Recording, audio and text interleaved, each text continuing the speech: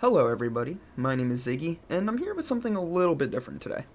You see, a very popular topic of discussion within the weather community in recent years, especially here on YouTube, has been that of the Enhanced Fujita Scale.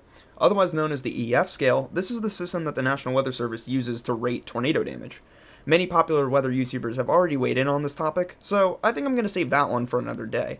Instead, I want to take a look at a system similar to that of the Enhanced Fujita Scale, which is the Saffir-Simpson Scale. This is the scale that the National Hurricane Center uses to rate hurricanes. Similarly to tornadoes, the Saffir-Simpson Scale rates hurricanes on a scale of 1 to 5. The higher the number, the higher probability that a hurricane will cause significant wind damage. That's the important part, and where a very important distinction between the two previously mentioned scales must be made. The Enhanced Fujita Scale rating is assigned to a tornado after the storm has completely dissipated and has been subsequently surveyed by the National Weather Service. Due to tornadoes' relatively short lifespans, it is extremely difficult to predict where they will form and what level of sustained winds can be expected from them. The wind speed values within the EF scale are estimated in relation to the damage they cause.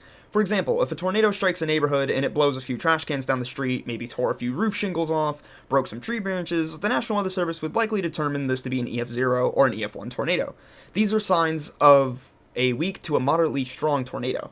Now, if houses start getting flung off their lots and cars were turned into missiles, that would likely be considered a violent tornado, like an EF3, an EF4, or even an EF5. This is a very vast oversimplification of the Enhanced Fujita Scale, but that's the general gist of it. Now, with the Saffir-Simpson Scale, the situation is a bit different. In the modern day, we are able to predict where hurricanes will be days or even up to a week in advance. Granted, the further out you go, the more uncertain the forecast gets. But the point is that hurricanes are long-term, ongoing storms. Where tornadoes last hours at best, hurricanes can last days, weeks, or even over a month in some extreme cases.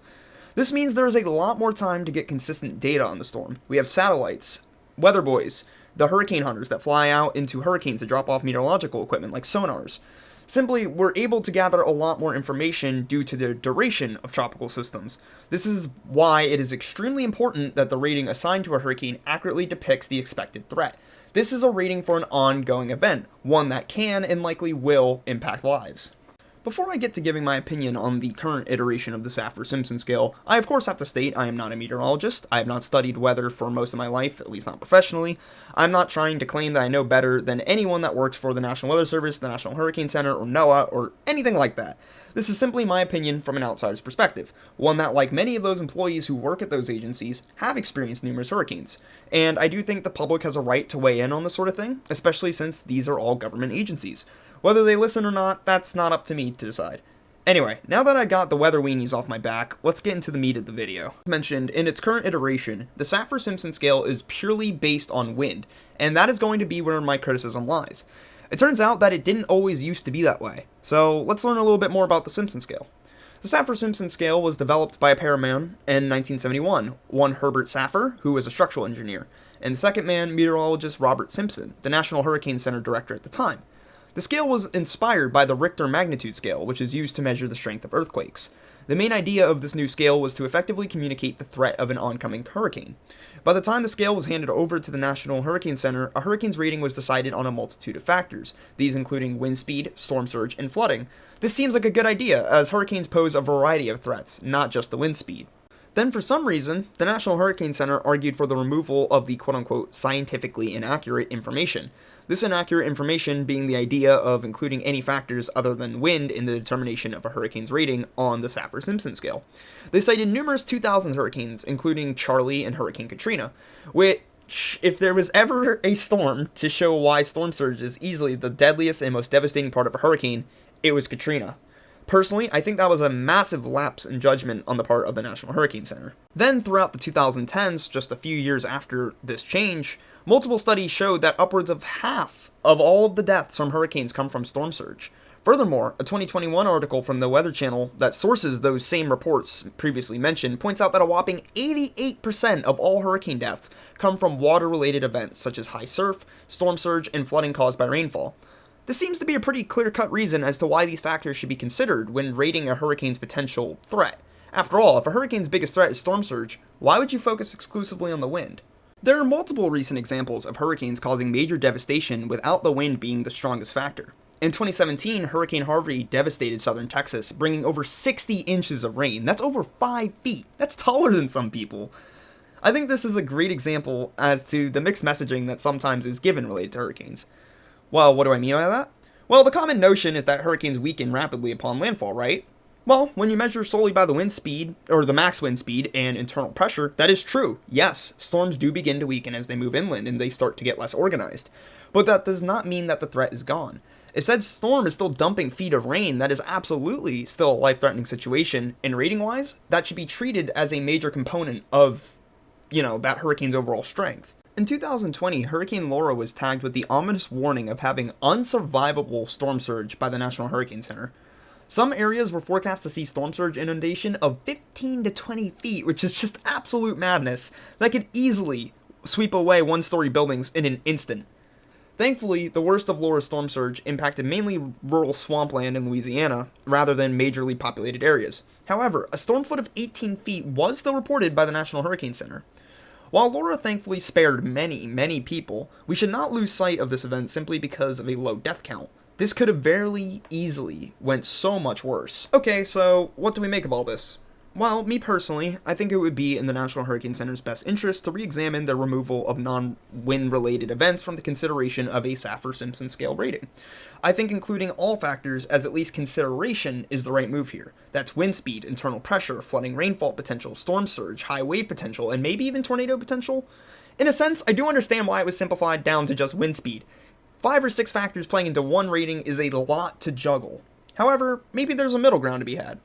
Could just use the main 3 damage-causing factors of a hurricane: the wind speed, the storm surge, and the heavy rainfall. Extra factors like internal pressure, wave potential, and tornado threat could be left up for consideration in the case of special events. For example, Hurricane Ivan in 2004 caused an entire mini tornado outbreak in the southeastern United States. This is an extremely rare occurrence and doesn't often happen with hurricanes, so tornadoes likely would not be taken into account with every single tropical system's rating. However, I don't see why it couldn't be taken into the consideration of a hurricane's rating if it's found to have a high likelihood of spawning tornadoes. The main point I'm trying to get across here is actually a philosophy I carry across this whole channel in the work I do. Every storm is unique. Every tropical depression, storm, hurricane, they all have something different about them. So for that reason, I think having a more flexible scale actually makes a lot of sense. This way, when we do have storms that break the mold and cause a different kind of threat, we can more accurately communicate said threat. As a Floridian, I already know the biases some people have about hurricanes. Most people don't take quote-unquote weaker hurricanes seriously. Oh, it's only a category 2, it's not going to be a big deal. Because they think it's just the wind, and our houses are built to withstand category 3 winds here. Well, I'll tell you what, a lot of people here in Clay County live along the St. Johns River. I'm sure those people would love to know if a tropical storm is going to bring a really high flood threat despite their relative low wind speed. Our houses are built to withstand wind speeds of upwards of 130 mile per hour wind gusts. That's great. But they are not, however, built to withstand feet of flowing water from floods or feet of storm surge. Now, to the National Hurricane Center's credit, they have taken steps in recent years to address the higher death toll caused by water-related events. The Storm Surge Watch and Warning, they've been getting a lot of use since their introductions in 2020, which has definitely helped communicate threat of storm surge better ahead of the storm. I think it should go further, though. Going back to the start of the video, what makes the Saffir-Simpson Scale unique to the Enhanced Fujita Scale, or to the Richter Scale, is that it is warning of an oncoming threat. You want that warning to cover all of your bases, right? One last little pet peeve I want to throw in that I have with the Saffir-Simpson Scale. I want to talk about the wind ranges on the categories, mainly on the higher end of the spectrum, which is Category 4 and 5. You see, for a hurricane to be rated Category 5, it must have maximum sustained winds of 157 miles per hour or higher. The National Hurricane Center releases updates on the wind speeds in increments of 5. You probably see where this is going. Some hurricanes, not often but some, will reach 155 miles per hour, but won't be called Category 5s over a 2 mile per hour wind discrepancy. Notably, this happened to Hurricane Iota in 2020. Or there's the example of Hurricane Irma, which landfalled in southern Florida as a Category 3 with sustained winds of 115 miles per hour. However, at the same time, the Naples Municipal Airport reported a wind gust of 142 miles per hour. And there was reports in the space between the Keys and mainland Florida of wind gusts exceeding 150 or even up to 160 miles per hour. Again, these are examples of hurricanes going outside of the strict rule set that has been set for them. To conclude this video, hurricanes are very diverse systems. Considering the wide array of threats they can bring, I don't think it is wise to focus down on only one piece of the puzzle, that being just the max wind speed. If it were up to me, I would add storm surge and potential rainfall as threats that are considered when deciding a hurricane's ongoing rating, at the very least.